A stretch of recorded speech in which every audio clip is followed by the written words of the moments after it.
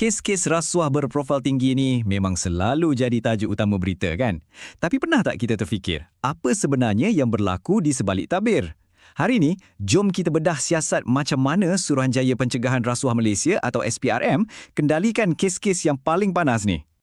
Persoalan utamanya ialah macam mana SPRM nak pastikan siasatan kes-kes gergasi macam ni betul-betul bebas daripada campur tangan mana-mana pihak.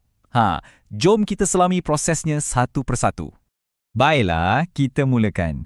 Perkara pertama yang kita kena faham, tak semua kes tu sama tau. Bagi SPRM, ada kategori khas untuk siasatan-siasatan yang paling penting dan kritikal. Jadi apa sebenarnya maksud kes berprofil tinggi ni? Okey, ia bukan setakat pasal jumlah duit yang banyak, tapi ia melibatkan orang-orang yang ada nama, ada jawatan besar dan kes tu pula dapat liputan meluas media, jadi bualan orang ramai. Sebab itulah kes-kes macam ni jadi sangat sensitif.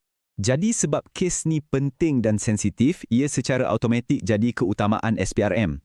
Maksudnya apa? Maksudnya siasatan akan diberi laluan pantas dan setiap satu langkah tu dipantau dengan teliti oleh orang-orang atasan SPRM sendiri. Okey, sekarang jom kita masuk bab siasatan tu sendiri. Percayalah, ia jauh lebih rumit daripada apa yang kita nampak kat luar.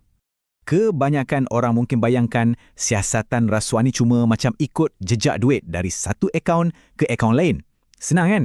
Tapi realitinya, jauh panggang dari api. Penyiasat kena bongkak keseluruhan cerita di sebalik transaksi tu. Apa motif dia? Siapa lagi yang terlibat? Dan macam mana aliran duit tu bergerak dari awal sampai akhir? Jadi, secara asasnya, ada 4 langkah penting. Pertama, kena kenal pasti siapa yang bagi rasuah. Kedua, kena kesan siapa yang terima. Ketiga, dan ini yang paling susah, kena buktikan kenapa duit tu diberi. Apa tujuannya? Dan akhir sekali, semua bukti ini akan disusun dan dilakarkan dalam satu peta aliran keuangan yang jelas.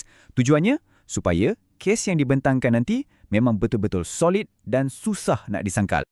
Baiklah, sekarang kita sampai ke bahagian yang paling penting dalam keseluruhan proses ni. Boleh kata, inilah jantungnya.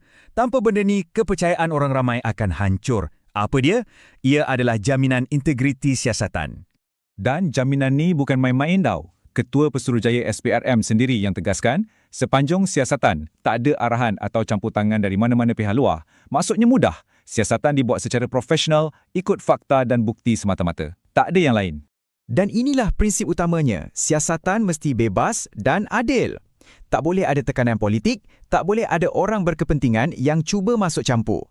Ini satu-satunya cara untuk pastikan proses itu telus dan yang lebih penting untuk orang ramai yakin semula dengan institusi kita. Prinsip tu memang nampak jelas kan, tapi realiti masa buat kerja siasatan ni selalunya sangat kompleks. Jom kita tengok sikit apa cabaran-cabaran sebenar yang penyiasat kena hadap. Ini satu benda yang orang selalu tanya. Kenapa siasatan kes besar ni makan masa lama sangat? Jawapannya sebenarnya ringkas je. Siasatan berprofil tinggi memang tak ada tarikh akhir atau deadline yang tetap. Kenapa pula tak ada deadline? Sebabnya, setiap kes tu lain-lain. Ada yang unik, ada yang rumit. Kadang-kadang, saksi ada kat luar negara. Dokumen kewangan pula berlapis-lapis. Dan yang paling penting, setiap langkah yang diambil tu mesti ikut prosedur undang-undang. Ini untuk pastikan kes yang dibawa ke mahkamah nanti cukup kuat dan tak mudah goyang. Proses kumpul bukti pun satu hal lagi. Ia kena betul-betul teliti. SPRM dapat maklumat dari macam-macam sumber.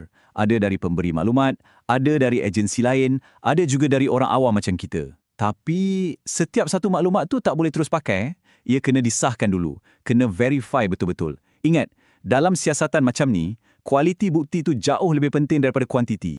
Jadi, bila kita tengok semua proses yang rumit dan teliti ni, semuanya menuju kepada satu matlamat yang besar. Apa dia? Iaitu untuk membina dan mengekalkan kepercayaan orang ramai. Dan kuncinya adalah ketelusan. Jadi, kalau nak rumuskan, inilah prinsip-prinsip teras dalam siasatan berprofil tinggi. Kes-kes sensitif diberi keutamaan. Analisis bukti dan duit dibuat dengan teliti. Siasatan mesti bebas, tanpa tekanan.